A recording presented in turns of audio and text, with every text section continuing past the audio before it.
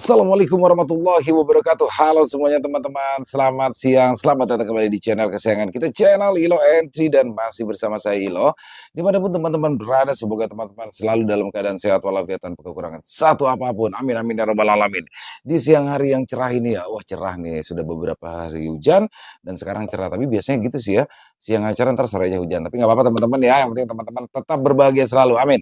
Dan pada kesempatan kali ini kami masih akan membawakan kisah dari Walensky, kisah Yuda Sanggabuana, makin seru aja dari hari ke hari. Dan buat teman-teman mungkin yang suka baca ya bisa mengunjungi karya karsa daripada Walensky, kisahnya keren-keren banget di sana teman-teman. Dan sebelum kita masuk ke dalam kisahnya, buat teman-teman mungkin yang baru bergabung kami ucapkan selamat bergabung. Silakan bisa diklik dulu tombol subscribe ya, jangan lupa lonceng notifikasinya dinyalakan agar teman-teman selalu mendapatkan notifikasi dari konten-konten yang akan kami upload di setiap harinya. Dan untuk channel Lilo Entry ini kami upload setiap hari teman-teman ya, setiap siang jam 12 siang waktu Indonesia bagian Barat. Nggak pakai berlama-lama lagi pokoknya ya. Udah nggak sabaran untuk masuk ke dalam kisahnya. Siapin kopinya, siapin cemilannya, ambil posisi terbaik. Dari halaman belakang rumah Bang Ilo, kita menuju ke Jawa Timur.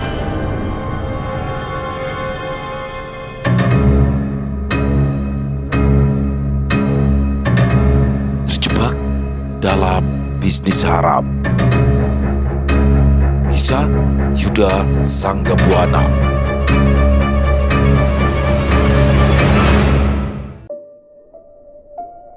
Sudah setengah jam Arifin diam.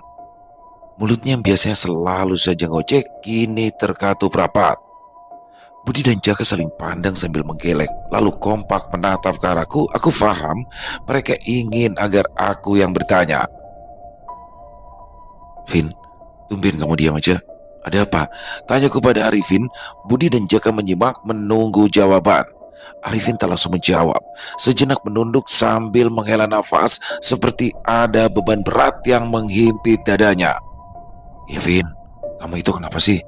Coba dong cerita sama kita-kita. Ya siapa tahu kita bisa bantu. Jaka coba ikut membujuk. Arifin mengangkat kepalanya, memandangi kami satu persatu, matanya sayu. Dia masih nampak bimbang, namun akhirnya ia mau bicara. Adikku, si Siti, sebulan yang lalu ikut temannya ke Jakarta. Katanya mau diajak kerja, tapi sampai sekarang malah gak ada kabar. Nomor teleponnya juga gak aktif. Temannya juga gak bisa dihubungi. Aku jadi khawatir.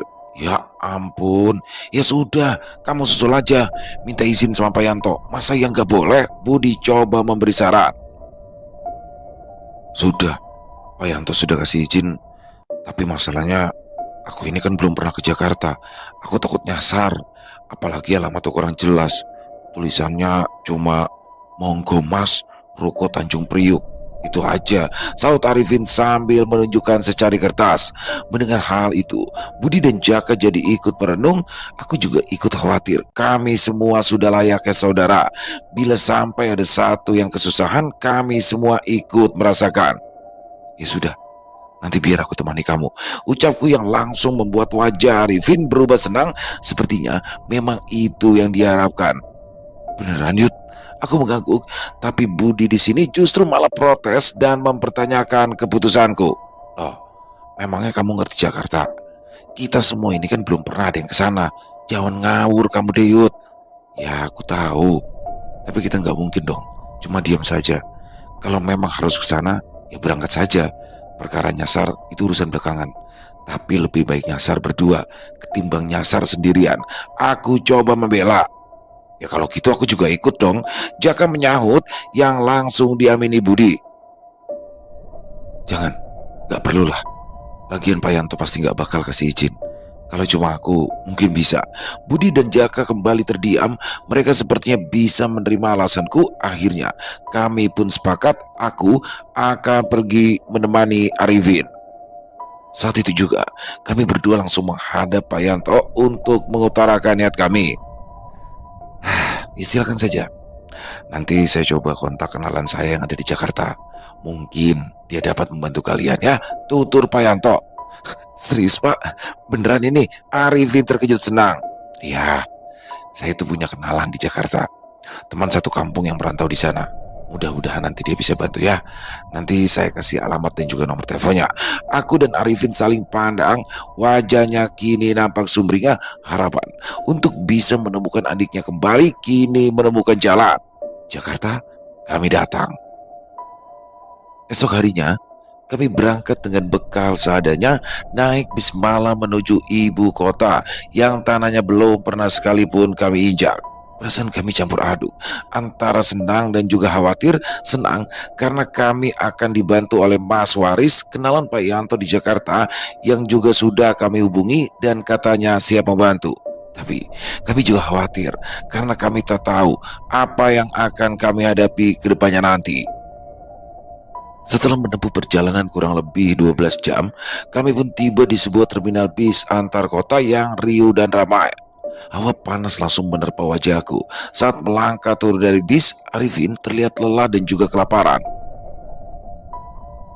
Jakarta, kota tersibuk dan terpadat di negeri ini, menyambut kami dengan wajah aslinya. Orang-orang berlalu lalang dengan tujuan dan urusan masing-masing, berbaur dengan suara bising dan juga deru mesin, serta teriakan dari para pedagang asongan dan juga pengamen yang ikut mencari rezeki. Makan dulu yuk, ucapku yang langsung diiyakan oleh Arifin. Kami pun segera pergi ke salah satu warung yang ada di deretan kios-kios berjajar persis di samping terminal. Sengaja kami mencari tempat yang paling sepi agar lebih nyaman dan lebih leluasa dalam melepas lelah. Tapi selama kami makan di situ, diriku merasa ada yang mengawasi dari sudut mataku. Nampak 4 orang yang sejak tadi memperhatikan kami dengan gerak-gerik mencurigakan. Instingku berkata kalau mereka itu bukanlah orang baik-baik. Arifin rupanya juga paham dengan situasi ini. Dia sempat memberikan kode agar kami pergi menyingkir saja, tapi aku menolak. Selesai makan, kami ingin melanjutkan niat untuk mencari alamat Mas Waris. Namun belum jauh kami melangkah, di satu tempat sepi tiba-tiba saja keempat orang tadi muncul dan langsung berdiri menghadang. Serain dompet sama tas lu pada. Pat, teriak salah satu seorang dari mereka dengan sebilah pisau terhunus di tangannya. Arifin ketakutan. Dia langsung merapat ke arahku. Aku di sini berusaha tetap tenang, namun siap dengan segala kemungkinan yang aku khawatirkan akhirnya benar-benar terjadi. Ya, kami sedang dirampok. Melihat kami yang tidak menuruti perintahnya, pria tadi cepat bergerak hendak merampas tas Arifin, namun tidak semudah itu. Pak! Penjahat itu terpelanting saat tanganku menempeleng wajahnya dengan keras. Pisaunya mental tak kemana, namun dia cepat bangkit lalu memasang kuda-kuda. Arifin sengaja ku minta untuk menyingkir. Tinggallah aku sendiri di tengah kepungan 4 penjahat yang tanpa basa-basi segera bergerak serempak menyerbu ke arahku. Brak, plak. Dalam beberapa gerakan saja keempat penjahat itu sudah tersungkur ke tanah. Aku masih berdiri gagah, siap menantang siapapun yang masih berani maju. Salah satu yang berbadan paling besar segera bangkit lalu kembali menyerang dengan lebih beringas, namun ia langsung terpelanting saat tendanganku telak menghantam wajahnya. Puh! Mataku melotot sambil menghampiri mereka, tapi rupanya aksiku tadi sudah cukup untuk membuat nyali mereka ciut hingga mereka lari pontang-panting. Cemen. Wah, gila, gak pakai lama langsung kabur semuanya. Hebat kamu, Yud, teriak Arifin kegirangan. Wajahnya tak lagi pucat seiring nyalinya yang pulih kembali. Aku hanya tersenyum sambil membenarkan bajuku yang sedikit berantakan. Setelah yakin situasinya aman, kami pun melanjutkan perjalanan. Setelah mencari, bertanya ke sana sini, dan beberapa kali sempat salah jalan, akhirnya kami tiba di sebuah perkampungan padat penduduk dengan rumah-rumahnya yang rapat dan berdempetan. Kayaknya ini tempatnya Deyut, ucap Arifin sambil melirik ke arahku. Saat kami tiba di depan pintu sebuah rumah, aku mengangguk, lalu coba mengetuk pintu sambil mengucapkan salam. Assalamualaikum. Assalamualaikum. Waalaikumsalam. Terdengar suara orang dari dalam sana, lalu pintu pun terbuka. Muncul seorang laki-laki berbadan kekar, namun dengan lengan kiri yang dibalut perban. Arifin sama Yuda ya? Lelaki itu langsung bertanya. Mas Waris ya? Balas Arifin cepat. Iya, iya. Ayo, Masuk. Wah, nggak nyangka. Akhirnya kalian sampai juga. Maaf kalau saya tidak bisa jemput kalian di terminal. Soalnya kondisi tangan saya sedang begini. Ucap Mas Waris yang langsung mempersilahkan kami duduk. Ah, ya mas, gak apa-apa. Kami sudah senang akhirnya kita bisa bertemu. Sautku sambil duduk lalu melirik ke arah tangan Mas Waris yang lukanya terlihat cukup parah. Tak lama kemudian, kami pun larut dalam perbincangan. Dari situ, aku jadi tahu kalau Mas Waris tinggal hanya sendiri, istri dan anaknya ada di kampung. Mas Waris bekerja sebagai seorang security di salah satu pusat pertokoan, namun ternyata dia punya profesi sampingan sebagai seorang stuntman atau aktor pengganti. Dan rupanya, dari situlah sebab kenapa tangannya sampai terluka. Ya, beberapa hari yang lalu ada syuting. Saya kebagian jadi peran pengganti, tapi malah jadi begini. Jelas Mas Waris sambil mengusap-usap lengannya yang dibalut. Lalu, perbincangan kami pun sampai pada niat kami untuk mencari keberadaan Siti. Sesaat, Mas Waris diam mencoba berpikir, lalu ia pun mulai menjelaskan. Kalau dari nama tempat dan lokasinya sih, sepertinya saya tahu ini di mana. Biar nanti saya minta teman saya untuk mengantar kalian ya. Wah, makasih loh mas, makasih banyak. Maaf kalau kami jadi merepotkan, saut Arifin Sungkan. Gak apa-apa, senang bisa bantu kalian. Ya sudah, lebih baik sekarang kalian berdua beristirahat dulu. Sudah makan belum? Ah, sudah mas. Yudo malah sudah nambah berantem segala kok. Sela Arifin sambil tersenyum bangga, apa yang dibanggakan. Padahal tadi ia hanya diam ketakutan. Berantem? Gimana ceritanya? Akhirnya, kami pun menceritakan tentang 4 perampok yang menghadang kami barusan, namun langsung kabur setelah sempat kuhajar. Mas Waris terlihat takjub begitu mendengarnya. Wah, punya mainan juga kamu, Yud. Wah, enggak mas, biasa aja. Mereka cuma menang nekat sama keroyokan aja. Aslinya mah kosong, balasku merendah. Setelah puas berbincang-bincang, kami pun akhirnya beristirahat dan berencana melakukan pencarian esok hari. Pagi-pagi sekali kami bangun, segera bersiap-siap menanti kedatangan temannya Mas Waris yang rencananya akan mengantarkan kami ke lokasi pencarian. Tak lama kemudian, datanglah Bang Fatur dengan mobilnya. Setelah berkenalan sebentar, akhirnya kami pun memutuskan untuk segera berangkat. Tapi sebelumnya Mas Waris sempat mewanti-wanti. Kalian hati-hati ya, cepat hubungi saya kalau memang ada apa-apa. Asal kalian tahu, tempat itu terkenal sebagai daerah hitam, sarangnya preman, judi, dan segala macam hal yang tidak baik. Ya mas, mudah-mudahan semuanya lancar dan adik saya bisa ketemu ya. Kami pamit dulu, balas Arifin. Mas Waris pun mengangguk. Bang Fatur, titip adik-adik saya ini ya. Siap mas, udah tenang aja, pokoknya aman. Balas Bang Fatur sambil mengacungkan jempol, lalu menyalakan mesin mobil. Dan kami pun segera berangkat. Sepanjang perjalanan, Bang Fatur mengingatkan kami akan pentingnya menjaga sikap di tempat yang akan kami tuju. Maklum saja, daerah itu berisikan para pendatang dari berbagai daerah dengan sifat dan juga karakter yang berbeda-beda. Salah sedikit, urusan bisa runyam. Setelah kurang lebih 1 jam perjalanan, akhirnya kami pun tiba. Sebuah lokasi yang terbilang ramai dengan segala macam tempat hiburan, namun tampak masih tutup. Mungkin beda ceritanya bila kami datang di malam hari. Ada kafe, panti pijat, karaoke, dan tak apalagi seketika aku jadi khawatir Mas Waris benar. Tempat ini auranya begitu hitam, sangat disayangkan kalau Siti benar-benar ada di sini.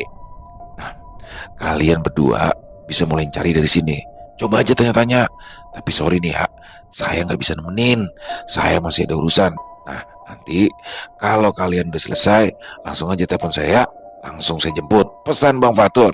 Iya bang, makasih ya. Balasku sambil tersenyum. Bang Fatur pun kemudian pergi meninggalkan kami yang sejenak berdiri kebingungan. Tapi akhirnya kami pun coba mulai bertanya ke sana ke sini dengan berbekal nama tempat kerja dan juga foto Siti. Syukurlah kami berada di lokasi yang benar. Setelah beberapa saat mencari, akhirnya kami berhasil menemukan tempatnya. Kini Kami berdiri di depan sebuah bangunan ruko yang nampak kusam, suasana sekitaran begitu lengang, sampah terlihat berserakan di mana-mana. Ada tulisan besar, Monggo Mas, yang terpampang di sisi atas gedung yang catnya mulai terkelupas. Sejenak aku dan Arifin saling pandang. Aku tahu, dia khawatir tempat ini memang terlihat buruk untuk jadi tempat kerja bagi adiknya.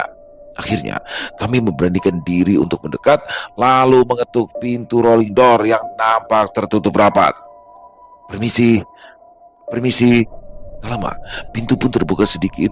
Muncul wajah seorang lelaki bertampang sangar dari balik pintu yang langsung dengan ketus bertanya, "Mau apa?"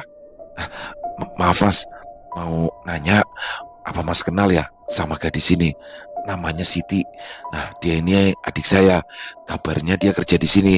Saud Arifin dengan nada sesopan mungkin. Lelaki itu sesaat melirik foto yang ditunjukkan oleh Arifin, tapi alih-alih menjawab, dia justru malah menghardik dengan kasarnya. Gak ada, gak kenal. Dah, pergi sana kalian. Arifin nampak kebingungan. Aku di sini coba kembali bertanya dengan suara yang sengaja dipelankan, berharap lelaki itu mau ikut lunak. Maaf, maaf Mas. Tapi kami dapat info kalau dia benar-benar kerja di sini. Kami hanya mau ketemu sebentar saja Mas. Ingin memastikan kalau kondisinya baik-baik saja. Soalnya sudah cukup lama tidak ada kabar darinya. Tapi bukannya melunak, lelaki itu malah kembali membentak dengan keras. Lu pada nggak bisa dikasih tahu ya? Hah? Mau cari gara-gara? Selesai berkata, lelaki itu lalu kemudian membuka pintu lebar-lebar. Kemudian ia memanggil 5 orang kawannya yang ada di dalam sana. Ini ada 2 tikus nih yang mau cari perkara. Coba kasih pelajaran. Teriak lelaki tadi kepada kawan-kawannya yang seluruhnya bertubuh tegap dan juga kekar. Arifin ketakutan. Sepertinya dia tidak menyangka kalau bakal jadi begini. Namun aku yang memang sudah punya firasat buruk sejak tadi segera bersiap-siap. Vin, kamu balik ke tempat tadi. Cepat telepon Bang Fatur, minta dijemput. Tunggu di sana sampai aku datang. Jangan gila kamu Yud. Mendingan kita sama-sama pergi. Bisa celaka kamu nanti. Sudah, percaya sama aku. Kamu tunggu aja di sana. Biar semua ini aku yang hadapi. Mudah-mudahan aku bisa menemukan Siti dan membawanya pulang. Cepat! Arifin sejenak ragu. Dia sebenarnya berat untuk meninggalkanku. Namun dia juga sadar situasinya kini jauh di luar kemampuannya. Ya sudah, tapi kamu hati-hati ya. Aku pasti tungguin kamu. Kalau memang lama tak kembali, aku pasti datang bawa polisi. Begitu ucap Arifin, lalu cepat menyingkir kembali ke tempat di mana kami pertama kali tiba. Tikus, lu nggak mau ikut kabur sama teman lo itu? Apa jangan-jangan lu mati di sini? Hardik salah satu dari 6 lelaki yang kini berdiri mengepungku. Aku tersenyum sinis, langsung kupasang kuda-kuda sambil memberikan gestur tangan memanggil menantang mereka untuk segera maju. 2 orang mulai terpancing emosi, langsung maju dan melancarkan pukulan tepat ke arah wajah dan juga perutku. Namun aku cepat mengelak sambil bergerak dan balas memukul. Bak! Kedua orang itu tersungkur mencium tanah, yang lainnya tanpa menunggu segera maju serentak untuk mengeroyokku. Bak! Hanya dalam beberapa gerakan saja, keempat orang itu ikut terkapar menyusul teman-temannya. Aku tak mau buang-buang waktu, segera masuk ke dalam ruko, meninggalkan mereka yang berteriak-teriak memanggil teman-teman yang lain. Aku kemudian masuk melalui lorong hingga akhirnya sampai di tengah-tengah ruangan remang dengan begitu banyak meja dan kursi. Ya, sepertinya ini adalah tempat hiburan. Namun dari suasana dan juga tampilannya, aku yakin jika ini bukanlah tempat baik-baik. Namun belum sempat apa-apa, mendadak berdatangan belasan lelaki bertambang sangar dengan masing-masing membawa senjata tajam dan juga tongkat pemukul di tangannya. Gila, salah-salah bisa mati aku di sini. Aku segera bersiap memasang kuda-kuda. Jujur saja, belum pernah aku melawan musuh sebanyak ini. Kalau selama ini aku sering berhadapan dengan banyaknya demit dan juga makhluk halus, kini aku ada di tengah kepungan belasan lelaki sangar yang siap untuk melumatku sampai habis. Benar-benar uji nyali. Sempat terpikir niatanku untuk memanggil ular-ular untuk datang ke sini, tapi menimbang lokasinya yang berada di tengah kota, aku sangsi kalau ada ular di sekitaran sini, kalaupun ada, mungkin jumlahnya sangat sedikit. Atau ku panggil keloreng saja. Tapi setauku, harimau jadi-jadian itu takkan muncul di tempat yang ada barang haramnya. Dan kulihat di sana banyak sekali botol-botol minuman keras yang berjejer dan bertumpuk. Jadi kini aku benar-benar harus menghadapi semuanya seorang diri. Tapi tak masalah, seberapapun banyaknya musuh, aku tak gentar. Sikat! Teriakan keras sebagai komando yang langsung menggerakkan mereka untuk maju. Sebentar saja aku jadi sibuk menangkis, memukul, menendang dan menerjang setiap musuh yang datang dari segala arah. Aku sedikit diuntungkan dengan kemampuan bertarung mereka yang ternyata nol besar. Ya, mereka menyerang secara serampangan. Mereka hanya mengandalkan tenaga, membuatku akhirnya mampu meladeni walau jumlah kami jauh dari kata seimbang. Sengaja ku kerahkan tenaga ilmu pemusnah dalam tinjuku agar tidak buang-buang waktu, yang merasakannya pun akan langsung terkapar pingsan. Hingga tak lama kemudian, sebagian dari mereka jatuh bertumbangan, sedangkan sisanya kini diam tak bergerak dengan wajah yang menjadi ragu. Ya, rupanya mereka jadi ngeri juga. Kumanfaatkan situasi itu untuk sejenak mengatur nafas. Jujur saja, pertarungan barusan sangat menguras tenaga.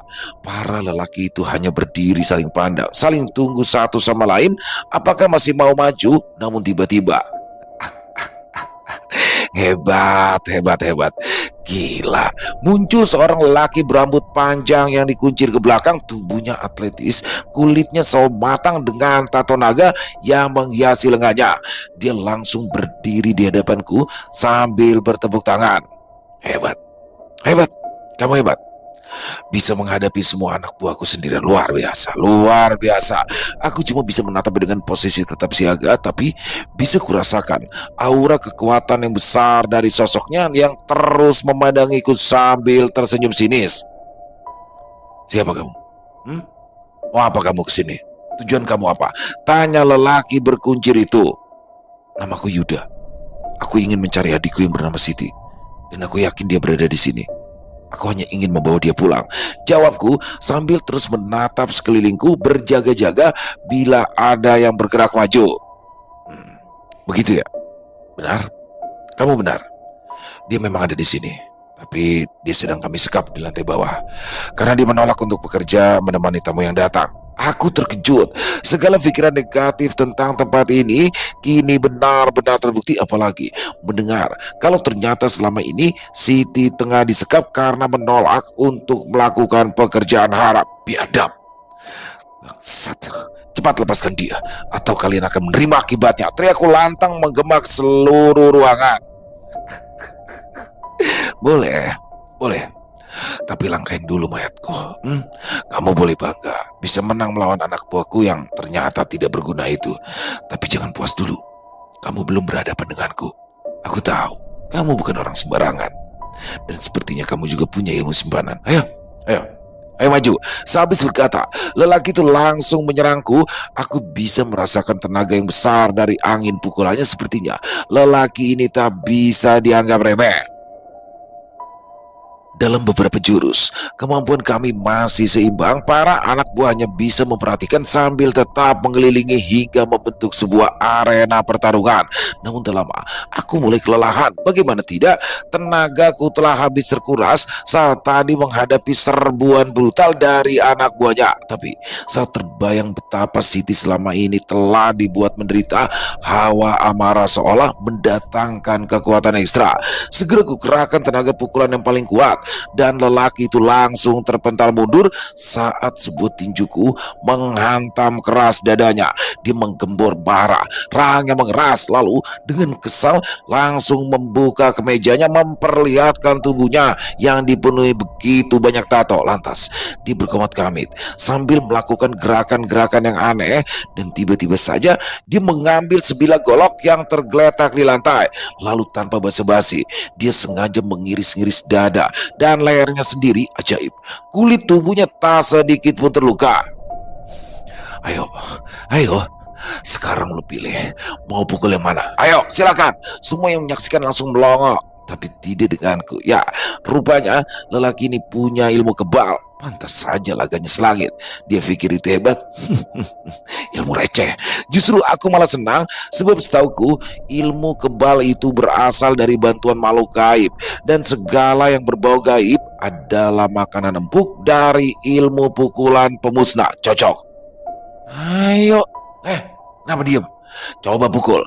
Gue mau tahu sampai di mana kemampuan lu. Teriak lelaki itu menantang dengan angkuhnya tanpa menunggu lama lagi.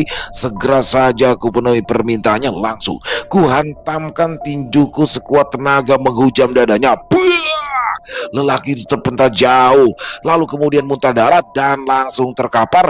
Semua orang yang menyaksikan langsung terperangkap, namun tidak denganku. Ya, sudah kuduga hasilnya akan seperti itu. Lelaki itu termakan kesombongannya sendiri. Sejenak suasana jadi hening. Kugunakan kesempatan ini untuk menggertak, menjatuhkan mental mereka. Ayo, siapa lagi yang mau coba? Silakan maju. Tadi yang berani, mereka semua hanya diam tak bergerak sambil saling pandang satu sama lain. Namun tiba-tiba saja, duar! Sebuah bunyi letusan membuatku tersentak. Aku langsung menoleh. Astaga, seorang lelaki gemuk bermata sipit datang dengan membawa sepucuk pistol yang ditodongkan ke arah kepala Siti yang ada di sampingnya. Jangan macam-macam, atau gue pecahin kepala adek lu ini. Tancap mata main-main. Aku tak berani bergerak. Nyawa Siti kini dalam keadaan bahaya. Ku tatap tajam lelaki itu yang terus berjalan sambil menodongkan pistolnya. Ringkus dia, perintah lelaki itu yang langsung dipatuhi oleh beberapa orang yang cepat bergerak meringkusku yang kini tak berani melawan. Diriku dibuat berlutut di hadapan lelaki itu. Dengan liciknya, dia telah menjadikan Siti sebagai tameng sandera hingga membuatku tak berkutik. Lalu, tiba-tiba saja dia menodongkan pistolnya tepat di depan keningku. Kalau udah begini, lu mau apa? Segala ilmu yang lu punya kagak bakalan bisa ngelawan gua. Lu gak bakalan mampu ngelawan panas setimah yang bakalan nembus ngebolongin pala lu. Aku menggeram marah. Iblis yang terkurung dalam tubuhku meronta meminta keluar. Dua titik hitam di bawah pusarku mendadak terasa panas. Sekujur tubuhku bergetar seiring darahku yang seolah mendidih.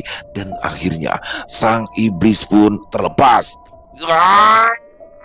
Aku berteriak keras. Seketika muncul sisik-sisik emas yang menutupi sekujur tubuhku. Mataku berubah merah menyala. Dengan lidah yang menjulur terbelah bercabang dua. Semua orang terkejut. Lelaki bermata sipit itu langsung menekan plastik pistol. Duar, duar. Terdengar letusan pistol dua kali. Namun sia-sia. Dua peluru itu tak mampu menembus kulitku yang kini jadi sekeras baja. Melihat hal itu, semua anak buahnya pun langsung berlari pontang-panting. Namun tak semudah itu. Dengan gerakan secepat kilat, kulibas habis mereka semua hingga terkapar kelojotan bergang nyawa. Namun ternyata masih ada segelintir orang yang mampu luput dari seranganku. Tapi takkan kubiarkan mereka lolos. Tak boleh, ya tak boleh ada saksi mata. Suara panggilan untuk para ular yang tak dari mana. Beberapa ada yang datang dan langsung merayap cepat mengejar para anak buah yang sempat kabur. Tak lama berselang, terdengar suara jeritan dari luar sana. Rupanya para ular-ular berbisa itu telah berhasil menemukan mangsanya. Dan kini tinggal lelaki bermata sipit itu yang terus tersurut mundur hingga merapat ke dinding. Dia dengan paniknya langsung menembakkan pistol berkali-kali ke arahku hingga pelurunya habis. Dar! Namun percuma. Lelaki itu makin ketakutan saat melihatku tetap berdiri tegak sambil menatapnya dengan mata merah menyala. Ku cengkram kuat lehernya dengan satu tangan, lalu ku angkat tubuhnya tinggi-tinggi. Bisa kurasakan kuku-kuku jemariku yang tembus masuk hingga kerongkongannya. Darah kental meleleh disertai suara tercekik keluar dari mulutnya seiring tubuhnya yang menggelinjang lalu menghitam terkena racun yang begitu mematikan. Lalu ku hempaskan dia ke lantai. Seketika hening, Tak ada lagi yang tersisa, hanya ada diriku yang berdiri mendesis di antara tubuh-tubuh yang terkapar. Namun tak bisa kubiarkan iblis ini menguasai diriku lebih lama. Aku segera duduk bersila demi mengubah wujud kembali menjadi manusia. Kupandangi sekeliling ruangan yang begitu porak-poranda dan akhirnya aku menemukan Siti yang sedang meringkuk ketakutan di bawah meja. Aku datang menghampirinya, namun dia malah menunduk ketakutan. "Ayo, kakakmu Arifin sudah menunggumu," ucapku sambil tersenyum. Mendengar nama kakaknya disebut, wajah Siti langsung berubah. Pada awalnya dia ragu, namun akhirnya dia mau menerima uluran tanganku lalu keluar dari kolong meja. Aku segera membawanya keluar dari tempat terkutuk itu, berjalan menuntunnya di antara mayat-mayat yang bergelimpangan. "Siti, ya Allah!"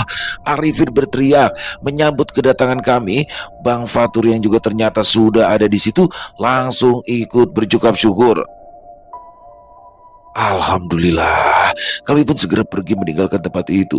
Selama perjalanan, Siti terus saja menangis dalam pelukan Arifin. Siti sesekali melirik ke arahku dengan wajah yang masih ketakutan, tapi aku maklum, siapa orang yang tidak takut bila sudah melihatku berubah wujud seperti tadi. Namun, aku yakin Siti akan baik-baik saja. Pada akhirnya, kami tiba kembali di rumah Mas Waris. Bang Fatur yang memang masih ada urusan pun langsung pamit setelah sebelumnya kami mengucapkan beribu terima kasih.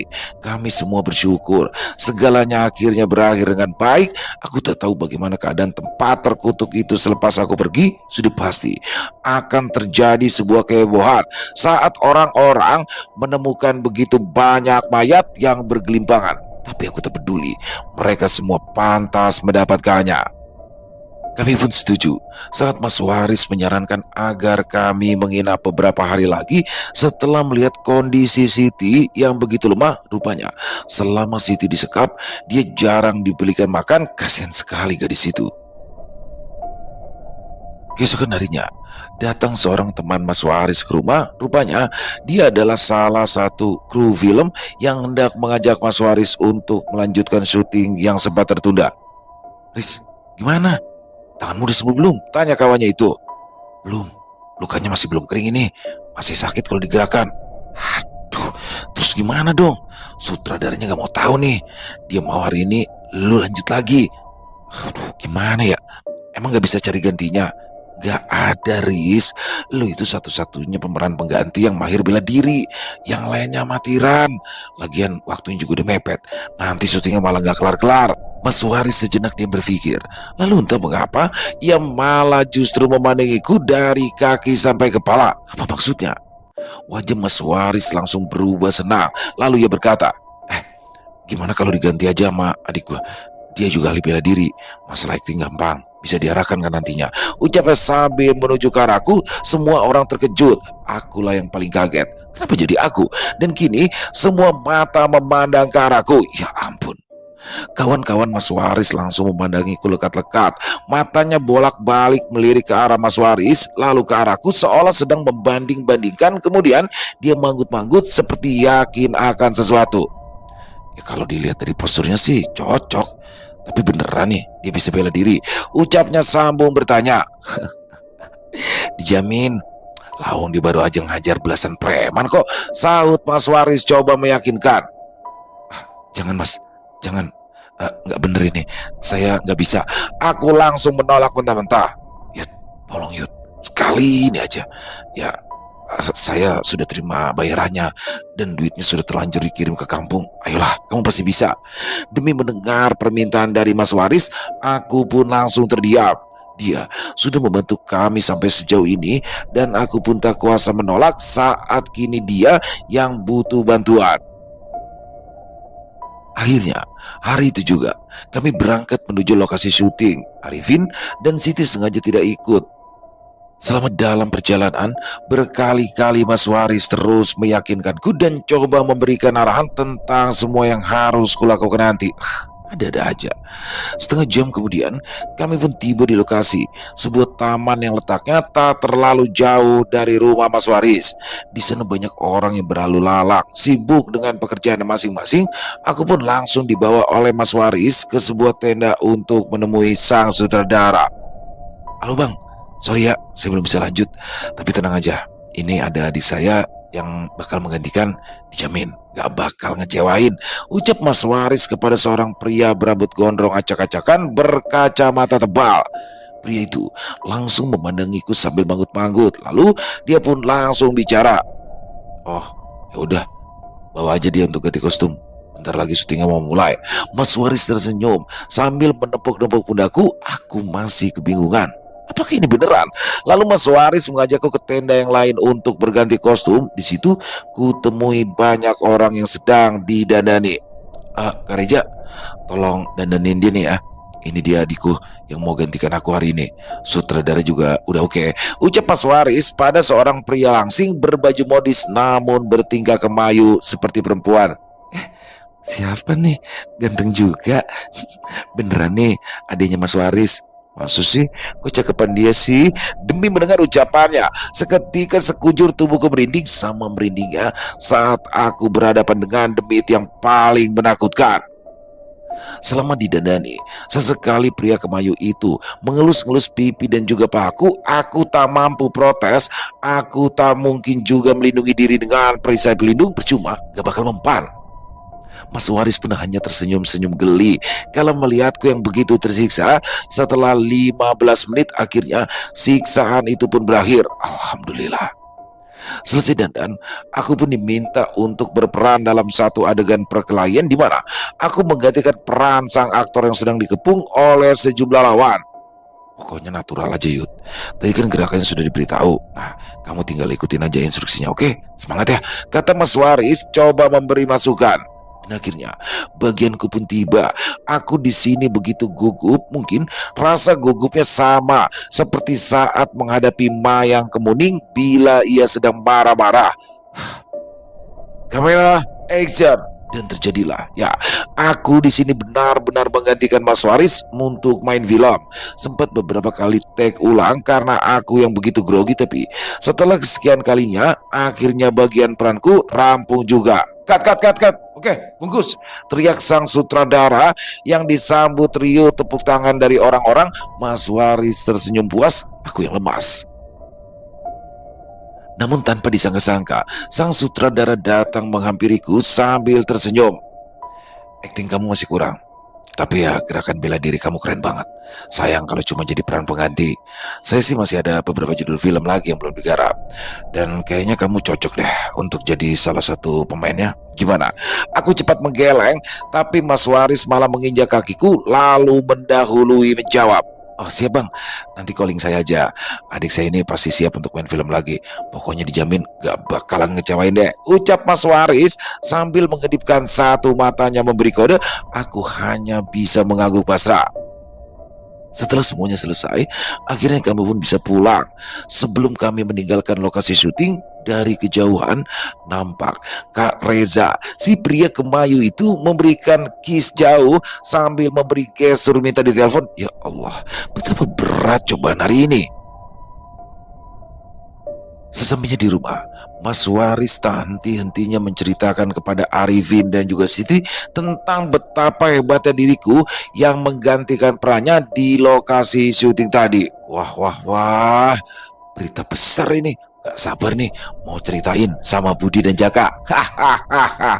Arifin menanggapi dengan antusias, tapi aku tahu mereka hanya akan mengolok-olokku. Seharian kami semua santai bersenda gurau. Siti nampak masih takut sambil terus menatapku.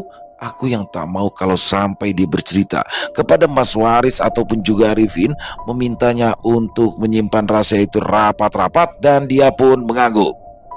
Keesokan harinya, kami pun pamit. Arifin dan Siti tak henti-hentinya mengucapkan terima kasih banyak kepada Mas Waris atas segala bantuan dan juga kebaikannya. Mas Waris pun tak lupa berpesan kepadaku agar siap datang kembali apabila tawaran main film itu benar-benar terwujud. Aku pun menyikapinya dengan tertawa. Lihat nanti aja ya Mas. Selama perjalanan pulang, di dalam bis, Arifin tak henti-hentinya terus saja mengolok-olokku. Langsung ganti nama aja gimana Yud? Biar keren. Ya persiapan. Kalau tenar nanti. Gimana kalau Yuda Vandem? Atau Yuda Suasana Seger? Hah? Mantep tuh. Apa sih kamu? Gak jelas. Jawabku sambil bersungut kesal. Siti pun hanya senyum-senyum geli mendengarnya. Tapi kakaknya tak henti-hentinya terus bicara. Wah, atau pakai nama jagoan Mandarin. Yudali, Yuda-chan, gimana? Cocok? Cocok nggak? Anjay. Aku tak menggubrisnya, namun Arifin masih saja belum selesai. Wah, apa mau pakai nama jagoan lokal kita? Misalkan Yuda Uwais. Wah, keren tuh kan? Des, des. Arifin seketika terkulai lemas saat ku totop jalan darahnya. Siti kebingungan, namun aku jelaskan kalau kakaknya ini hanya tertidur, dia pun mengangguk paham. Dan sekarang aku bisa menikmati perjalanan pulang dengan lebih tenang. Selesai. Wow, luar biasa. Yuda Sanggabuana. Jadi benar-benar Yuda keren banget ya. Selain dia memiliki ilmu-ilmu kanuragan, dia juga memiliki ilmu bela diri yang mumpuni. Tampangnya ganteng, perfect banget ya. Perfect banget untuk seorang laki-laki di sini. Dan bagaimana pada kesempatan kali ini, pada episode kali ini, Yuda Sanggabuana akhirnya main ke kota Jakarta dan berhasil menghadapi tantangan di sana. Bagaimana akhirnya main film lagi dia, tapi sebagai ini ya pemeran stuntman lah ya, pemeran pengganti untuk adegan-adegan laga. Jadi luar biasa banget nih. Tapi di sini dia nggak kepengen ya, mungkin karena nggak pede, nggak tahu nih ntar next episode apakah dia akan lanjut main film atau gimana. Makin seru aja, bisa aja nih Walensky nih ya, makin kesini kisahnya makin keren. Jadi bukan hanya pertarungan di alam gaib saja untuk Yuda Sanggabuana ini. Yuda juga bisa berkelahi, jago berkelahi di alam nyata juga. Dan poin yang saya titik beratkan di sini adalah bagaimana seorang Yuda benar-benar ketika mendengar melihat temannya kesulitan itu langsung saya yang maju deh, saya bantu deh. Jadi itu kan urusan Arifin sebenarnya, urusan temennya ya, bukan urusan Yuda. Tapi di situ Yuda yang ibaratnya beradu nyawa justru luar biasa di sini, keikhlasan tanpa pamrih. Dan Yuda udah segala-galanya udah baik, udah ini pokoknya keren lah. Terima kasih Walensky atas kisah luar biasanya, dan semoga kisah barusan bisa menghibur teman-teman semua para pecinta penikmat horor misteri, lebih khususnya lagi kepada para subscriber dari channel Ilo Entry. Mari kita ambil hikmah yang baik-baiknya saja teman-teman ya, dan dibuang yang buruk-buruknya. Apabila memang dirasa nggak ada yang baik dalam kisah ini, ya udah dijadikan sebagai hiburan saja. Dan silakan buat teman-teman mungkin yang punya komentar lain, mungkin yang punya pendapat lain tentang kisah barusan, bisa menuliskan di dalam kolom komentar, ataupun hanya sekedar saling menyapa, silakan. Insya Allah kami akan menjawabnya satu persatu. Buat yang suka dengan videonya, yang suka dengan kisah barusan, bisa diklik tombol like, tombol jempolnya, boleh juga dong di share link videonya ke teman-teman yang lain agar juga ikut merasa terhibur. Buat yang belum subscribe, bisa diklik tombol subscribe ya. Jangan lupa lonceng notifikasinya dinyalakan agar teman-teman selalu mendapatkan notifikasi dari konten-konten yang akan kami upload di setiap harinya. Dan kami juga ingin mengucapkan terima kasih ya kepada seluruh teman-teman yang sudah selalu setia hadir, yang sudah selalu mendukung kami. Karena teman-teman lah, kami selalu bersemangat berkarya di setiap harinya. Dan di akhir kata, saya Ilo mengucapkan permohonan maaf apabila mungkin dalam pembawaan kisahnya barusan ada kata-kata saya yang salah ataupun ada kata-kata saya yang kurang berkenan. Saya mohon dibukakan pintu maaf yang seluas-luasnya, karena saya hanyalah manusia biasa, tempatnya salah dan dosa. Dan sampai berjumpa lagi besok siang jam 12 masih bersama saya Ilo di channel Ilo Entry. Salam sehat, sukses selalu untuk kita semua. Wassalamualaikum warahmatullahi wabarakatuh.